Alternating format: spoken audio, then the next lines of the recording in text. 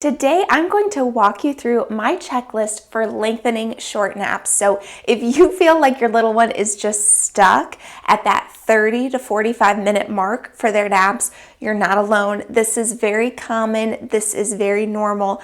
But I want to encourage you, that does not mean that we are powerless to make these changes. So we can absolutely help our little ones work towards longer stretches of sleep during the day. And as a bonus at the very end, I'm going to give you one more step you can try. If you checked all the things off of my checklist and you're still struggling, this bonus tip can really help kind of get you to that next level. So first, be sure to hit that subscribe button so you don't miss out on any of my upcoming YouTube content. I'm so glad you're here, and let's dive in.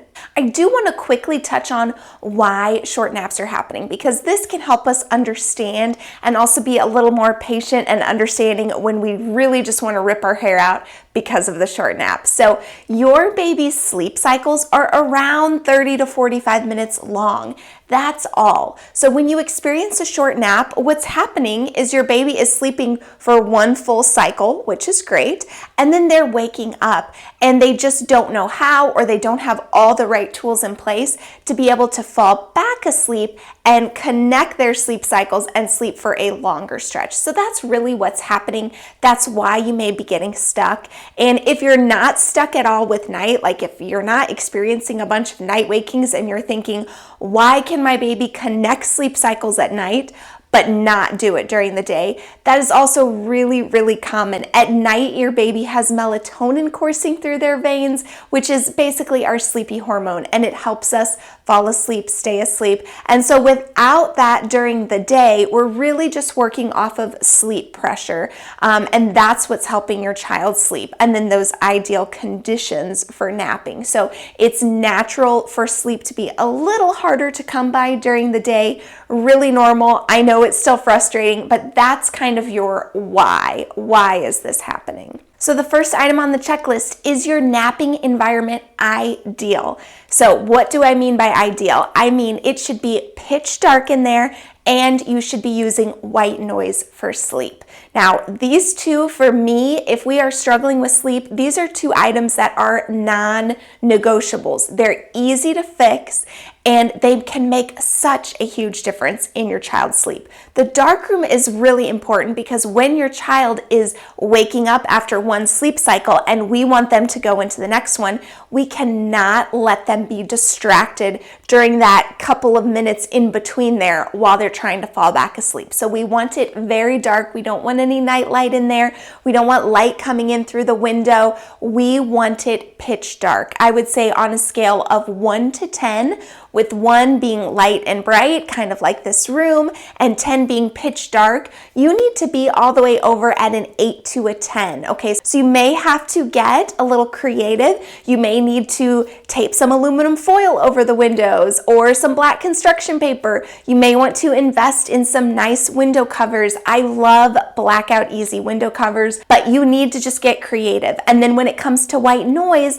this helps because this is going to block out and buffer any sound that might be going on in the house, which during nap time, there probably are lots of sounds going on in the house while your baby is napping. So by helping to buffer those sounds out, again, we keep them from getting distracted. We keep them from being disturbed. If they're in a lighter stage of sleep, it helps them continue sleeping instead of being jolted awake. So I've also linked my products that I love using below, so you can check those out. That includes white noise and the blackout easy window covers that I prefer to use. The second item on our checklist is making sure that your child is getting the right number of naps for their age. And this can be a hard one, but it's really important because if your little one is taking too many naps for their age, this tells me a couple things.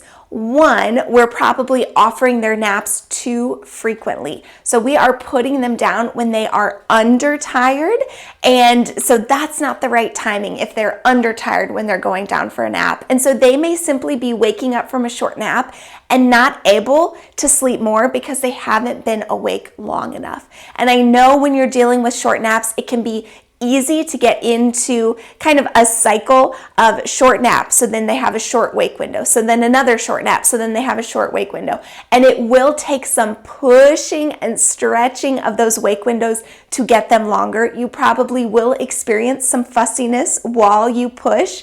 But if they are not on an age-appropriate number of naps or taking age-appropriate wake windows, that is absolutely a factor in their short naps. On the flip side, if their wake windows are way too long and they're getting too few naps for their age, then that is also going to affect the length of their naps, because when we keep them up too long before we put them down for a nap, they are overtired going into that nap.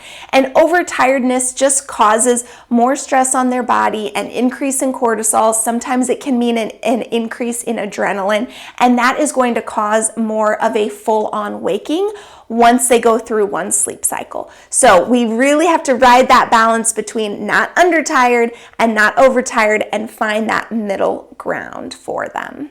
And if you're listening to this thinking, I have no idea what an age-appropriate number of naps or an age-appropriate wake window is for my little one, I have also linked for you my short nap guide, which gives you a month-by-month breakdown of how many naps your child needs and how long their wake windows should be. So that can help guide you while you're looking at their schedule, assessing it, and if you're gonna make tweaks, you can use those numbers to help you make those tweaks. Next item on our checklist, is it age appropriate for your baby to be taking short naps? So here's the thing, if you're watching this and you have a newborn that is under 3 months, it is very age appropriate for you to have short naps all day. Now your child may be a newborn and sleep longer than that, great, you're doing awesome.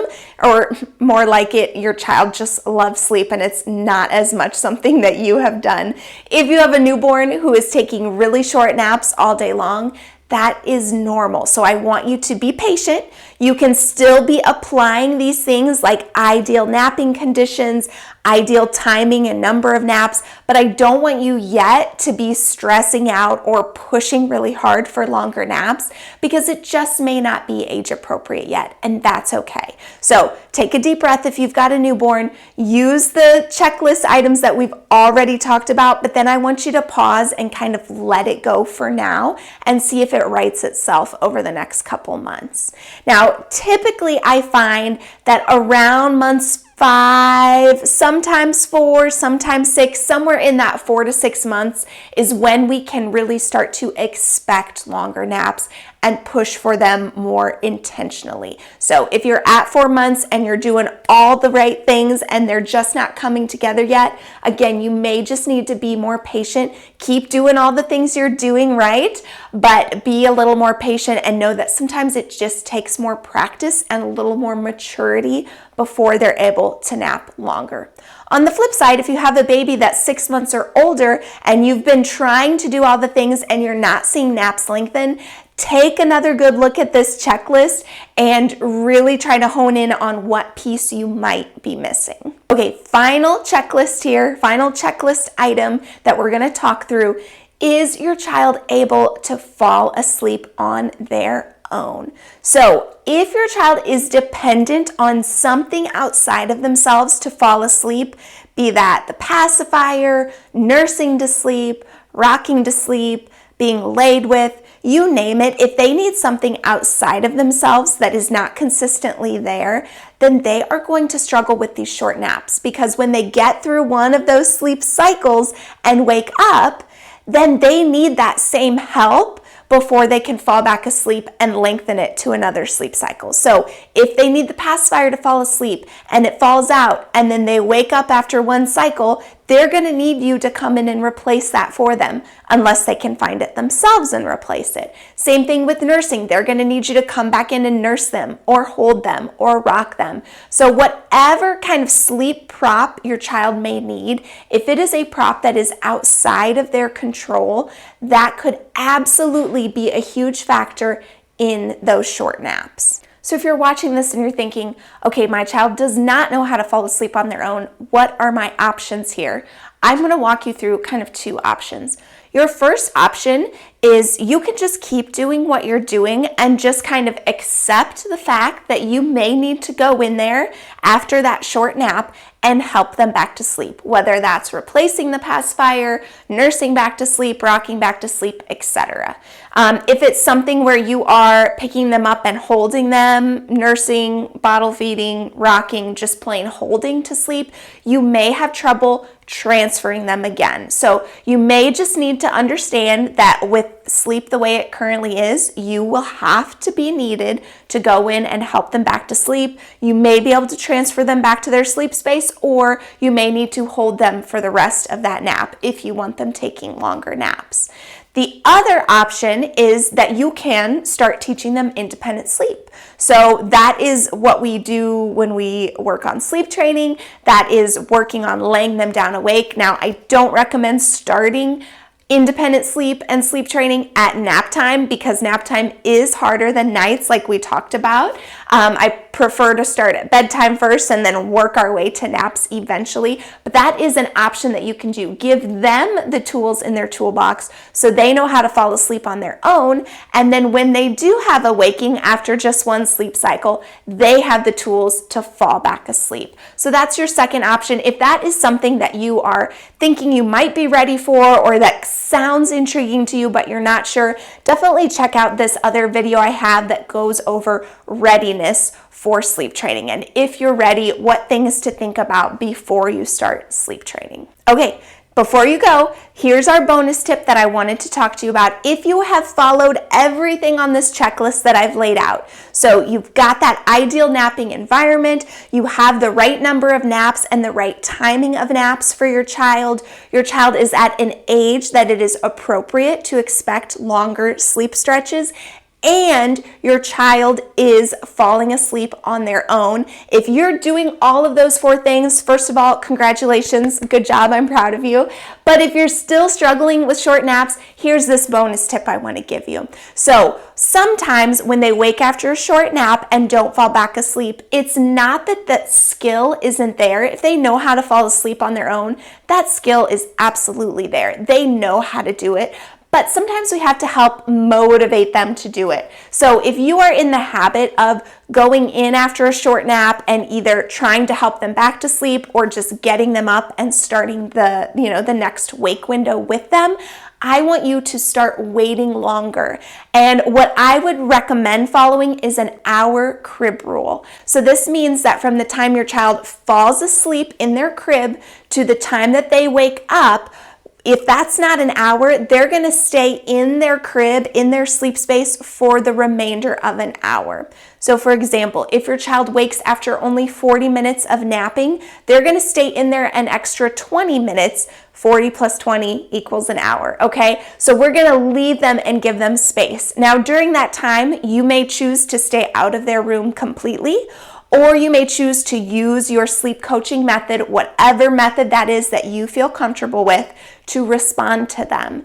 But by delaying that gratification of starting their day and by not helping them back to sleep out of desperation, we really give them the chance to practice this skill and to be motivated to fall back asleep if they're still tired. And I recommend, if you're using this crib hour rule, that you use it for every single nap, every single day, and give it some time to work. It's not going to be instantaneous. I would plan to give it a week or 2 before you say, okay, this still isn't working, because sometimes they just need more time and more practice, and they need to see that repeated pattern. So there's your bonus tip. I hope it helps. Guys, thank you so much for tuning in. And again, be sure to check out that video about sleep training readiness if that is your missing piece and you're not sure if you're there yet or not. This video can help kind of walk you through the logistics of sleep training and how to know if and when you're ready.